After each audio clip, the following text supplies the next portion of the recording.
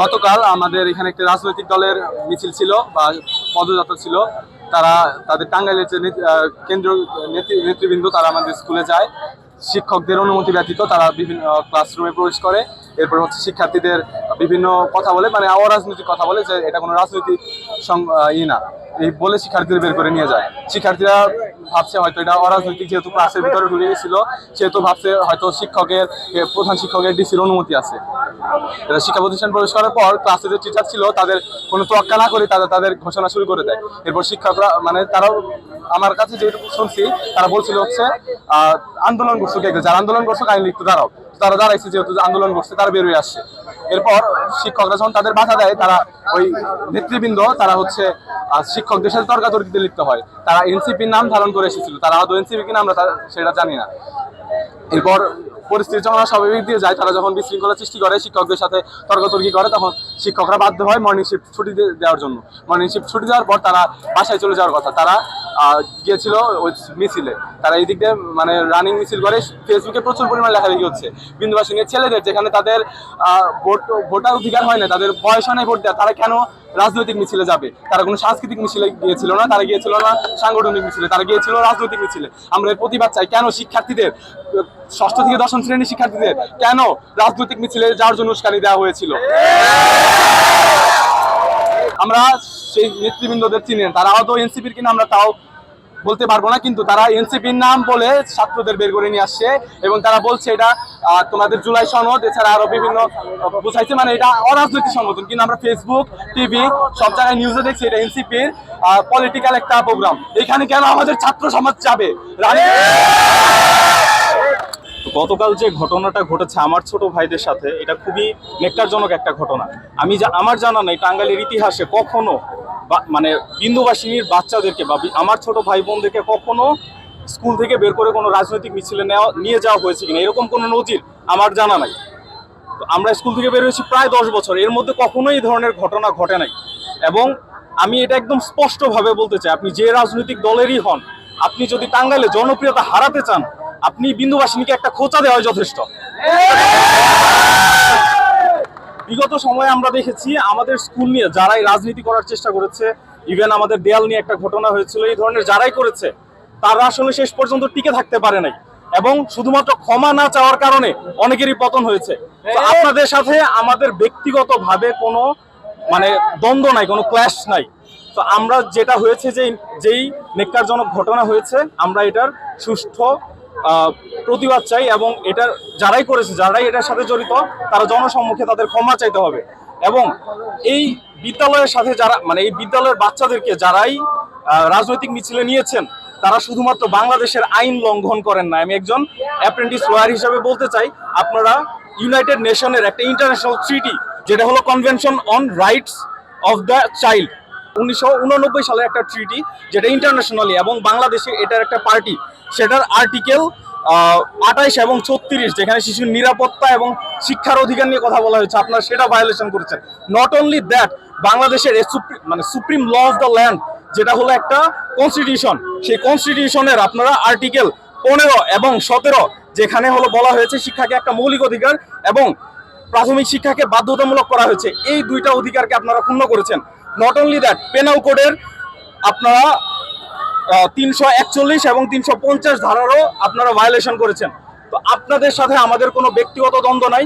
দয়া করে আমার বিদ্যালয় নিয়ে, আমার ছোট ভাইদের স্কুল নিয়ে আপনারা কোনো রাজনীতি করবেন না এবং যে ঘটনা হয়েছে এই ঘটনার পুনরাবৃত্তি যাতে কোনোদিন না হয় আমরা এটা প্রত্যাশা করি এবং যারা এটার সাথে জড়িত তাদের সুষ্ঠু বিচার দাবি করি। এবং তারা কোন সাহসে আমার স্কুলে ঢুকে আমার শিক্ষকদেরকে বের করে দিয়ে আমার ছোট ভাইদেরকে রাস্তায় নামিয়ে আনলো, আমি সেটা সুস্পষ্ট আমি বিবৃতি চাই।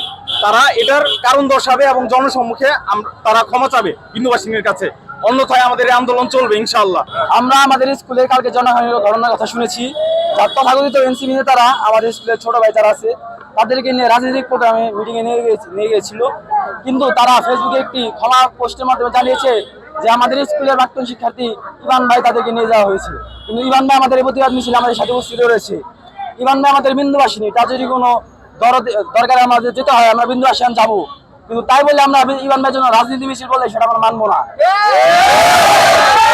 এই বিন্দুবাসিনীতে আপনারা রাজনীতি করতে এসেছেন ছাত্রদেরকে নিয়ে, আমরা আপনাদেরকে জানিয়ে দিতে চাই বিন্ধ্যবাসিনী একটি বিপ্লবী শিক্ষা প্রতিষ্ঠান। এখান থেকে বহু রাজনীতিবিদ এসেছে, কিন্তু কোন রাজনীতিবিদ বিন্ধ্যবাসিনী ছাত্র নিয়ে রাজনীতি করতে পারে নাই। আপনারা কোন সাহসে বিন্ধ্যবাসিনী ছাত্র নিয়ে রাজনীতি করতে এসেছেন, তার আমরা সুস্থ জবাব চাই। একটি গণতান্ত্রিক রাষ্ট্রে, স্বাধীন রাষ্ট্রে কোনো স্কুলের কোনো বাচ্চাদের কোনো দলীয় প্রোগ্রামে, এটা কোনো রাষ্ট্রীয় প্রোগ্রাম ছিল না, এটা একটা দলীয় প্রোগ্রাম ছিল, একটি দলের নিজস্ব প্রোগ্রাম। সেখানে তারা জোর করে স্কুলের টিচারদের অবমাননা করে তারা আমাদের স্টুডেন্টদের বের করে নিয়ে গেছে। আজকে আমরা বিন্ধ্যবাসিনীর পক্ষ থেকে একটি কথাই বলতে চাই, আপনারা সাবধান হয়ে যান, রাজনীতি করেন গণতান্ত্রিক ধারায়। আপনারা যদি স্কুলের সাথে আরো কাজদার কোনো প্রকার রাজনীতি করার চেষ্টা করেন, আর আপনারা যদি ক্ষমা না চান, আমরা এটার জন্য শিক্ষা উপদেষ্টার কাছে যাব। বাংলাদেশে বিন্ধ্যবাসিনী স্কুল, টাঙ্গাইল জেলা বিন্ধ্যবাসিনী স্কুলের এক্স স্টুডেন্ট, বর্তমান স্টুডেন্ট, গার্জেন সবাই রাস্তায় চলে আসবো আমরা।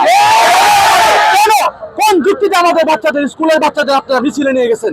আর নেতৃত্বে যে ছিল, যে এনসিপির নেতা, তার নাম পরিচয় সহ এনসিপি দল থেকে তাকে কি পদক্ষেপ নেবে সেটা আমরা জানতে চাই। তার বিচার চাই আমরা। টাঙ্গাইলের মাটিতে আমরা তার শাস্তি দেখতে চাই। আমার বাড়ি হচ্ছে পাতরাইল চিনাখোলা। আমার ছেলে কালকে স্কুলে আসছিল, তো ওর ছুটি হয়েছে 12টার সময়। তো হলো প্রাইভেট পড়ে, আবার কালকে আবার প্রাইভেট ছিল, তো প্রাইভেট পড়বে এমন টাইমে প্রাইভেট শেষ করছি। কালকে একটা সমাবেশ ছিল।